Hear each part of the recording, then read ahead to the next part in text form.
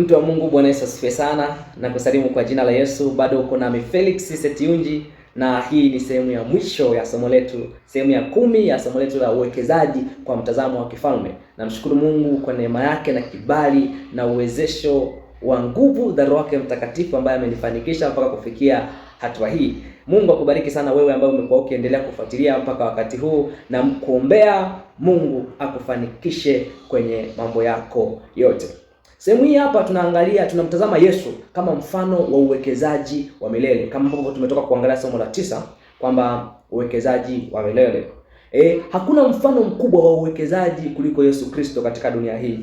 Tunaona kwamba Yesu aliwekeza miaka 3 kwa wanafunzi 12, lakini aliwekeza pia muda wake kwa kuponya wagonjwa na walioteseka, kuwafungua. Aliwekeza muda wake wa miaka 3 kwa ajili ya msalaba, damu yake kwa ajili ya wokovu wa ulimwengu. Na tunaona kwamba hakujenga kampuni, hakujenga jengo kubwa, hakumiliki mali nyingi, lakini leo mabilioni ya watu duniani yanamfuata Yesu na mafundisho yake. Kwa unaweza kuona how great investment ya Yesu Kristo. Kwa tunamtazama Yesu kama mfano kamili wa uwekezaji kwenye hii dunia. Huu ndio uwekezaji wa kimkakati wa milele. Bwana Yesu asifiwe sana. Hebu tusome kwenye Yohana sura ya 12 mstari wa 24. Neno la Mungu linasema hivi: Amini, amini nawaambia, chembe ya ngano isipoanguka katika nchi ikafa, hukaa hali hiyo hiyo peke yake, bali ikifa hutoa mazao mengi. Bwana Yesu asifiwe sana. Tunaona mfano wa mbegu kwamba isipokufa hiyo mbegu haiwezi kuzaa. Lakini ikifa ndipo ambapo huzaa matunda mengi zaidi. Kwa hiyo tunaona kwamba Yesu alikubali kufa, na kupitia kifo chake yeye sisi tumeweza kupata ukombozi. Sisi tumezaliwa kwa sababu ya msalaba wa Yesu Kristo, kupata ukombozi, kupata uzima, kufunguliwa kutoka kwenye mateso ya kichawi, mateso ya kiganga, mateso ya laana au masikini, kukataliwa, kudharauliwa, kutoka kwenye vifungo vyote hivyo na kuwa huru ndani ya Kristo Yesu. Ni kwa sababu ya uwekezaji ambao Yesu Kristo aliufanya, kiasi kwamba mimi na wewe kwa kumwamini Yesu, kwa kupigwa kwake tunapona na tunakuwa na amani, mbali na maonezi yote ya shetani na vifungo vyote vya giza. Bwana Yesu asifiwe sana. Kwa hiyo tunaona kwamba punje ya ngano isipoanguka katika nchi ikafa, inabaki katika hali hiyo, bali ikifa ndio inazaa matunda mengi. Kwa hiyo hii ni kanuni ya juu ya uwekezaji, kujitoa kwa kusudi kuzaa mavuno yasiyoisha. Kuna wakati lazima ukubali kuacha dhambi, kuacha uzinzi, kuacha uasherati, kuacha ulevi, kuacha kiburi na majivuno, kuacha dhambi, kuacha mambo mabaya, kuacha kufanya vitu ambavyo havikuongezei kitu, kuacha kutazama mavideo ya watu nao katika mtandaoni, mavituko tu ya ajabu ambayo hayakusaidii kitu chochote kile. Ukitoka hapo shida zako ziko vile vile, mambo yako vile vile, hakuna kitu kilichobadilika. Inabidi usacrifice muda ambao unatumia kufanya hivyo vitu, tumia kufanya vitu vya msingi. Hiyo pia ni sadaka, hiyo pia ni uwekezaji. Unapoacha mambo mabaya, mambo ambayo hayafai, unawekeza kwenye vitu vile, ni uwekezaji mzuri ambao unatakiwa ufanye.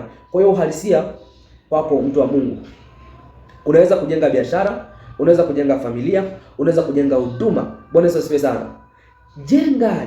Jenga biashara, jenga kampuni, jenga familia, jenga huduma. Huu wote ni uwekezaji. Bwana Yesu asifiwe sana. Lakini kumbuka, katika kujenga kila kitu, swali la mwisho ni je, unawekeza kwa muda tu au kwa milele? Bwana Yesu asifiwe sana. Kuna baadhi ya watu, kuna baadhi ya makabila, kuna baadhi ya mataifa, watu wa mataifa fulani ambao wao uwekezaji wao huwa wanawekeza naweza kusema kwamba ni kwa muda mrefu, kwa sababu utajiri wanaokuwa nao unakuwa ni utajiri ambao unapita vizazi hadi vizazi. Lakini jamii nyingi sana za Kiafrika inakuwa ni kwamba baba akishakufa utajiri unaondoka, mama akishakufa mtu fulani utajiri unapotea. Hicho ni kitu kibaya sana. Kwa hiyo imetupasa sasa tutambue kwamba inabidi tujifunze kuwekeza uwekezaji wa muda mrefu, kiasi kwamba hata sisi kama wazazi tumeondoka, watoto wetu waweze kuendeleza, watu wetu wa karibu waweze kuendeleza. Hivyo ni vitu vya msingi sana. Sio unaondoka basi watoto wanaendelea kupata shida, kuteseka, kama vile mzazi hakuwa na uwekezaji mkubwa, hakuwa na mafanikio makubwa. Watoto wanaanza kupata shida, wanaanza kuombaomba mtaani. Kibaya zaidi unakuta watoto wenyewe hawakulelewa katika maadili ya kujitegemea au kufanya kazi ya kujishughulisha. Mtoto hawezi hata kufua, hawezi hata kujitandikia kitanda, hawezi kufanya hata kazi ya usafi, kudeki, hawezi hata kukatakata majani, hawezi kufanya chochote kile. maana ategemea aombe. Sasa mwisho wa siku, kwa sababu kila atakapojaribu kufanya zile kazi zile ataona ni kazi ngumu, maana yake ataishia kwenye wizi, ataishia kwenye kuvuta madawa, ataishia kwenye pombe, anaweza kaishia kwenye ushoga. Kwenye ushoga, kwa sababu kuna watu wana pesa za mikataba ya kuzimu, kazi yao ni kuharibu watoto wa watu. Haoni shida kukupatia pesa kiasi chochote kile, kukufungulia duka, kwa sababu anataka kitu cha wepesi kilaini. Haoni shida, anakuoa mwanaume mwenzake, lakini amekupatia duka. Amekufungulia mtaji mkubwa, amekupangia sehemu, kwa sababu wewe unataka kitonga, hutaki kutoka jasho, kama Mungu alivyosema mwanaume tutakula kwa jasho, hautaki, unaolewa. Unaona, kwa hiyo kwamba umemtengenezea mtoto mazingira magumu kwa sababu ya aina ya uwekezaji ambao ulikuwa umefanya. Kama ni mtoto wa kike, anaishia kununuliwa na wanaume kwa sababu hawezi kufanya kazi, anataka mwanaume amnunulie chips kavu akalale naye, kwa sababu hana cha kumlipa huyo mwanaume. Kwa hiyo alikutana na wanaume majangili, wanaume makatili, wanaume manyambisi, wataishia kumtumia. Mwisho wa siku atapata magonjwa, atapata mimba isiyo na baba, atatelekezwa, maisha yake yatakuwa ni mabaya zaidi. Kwa hiyo kumbuka kwamba utajiri wa kweli si kiasi cha unachokusanya, bali matunda unayoyaacha nyuma ndio yanathibitisha uwekezaji wa kweli. Ninakuombea mtu wa Mungu ambaye umekuwa ukifuatilia kuanzia mwanzo mpaka mwisho, Mungu akusaidie, akupe nguvu na akuwezeshe uweze kujenga uwekezaji wa kudumu kwa muda mrefu. Katika jina la Yesu Kristo, ubarikiwe sana.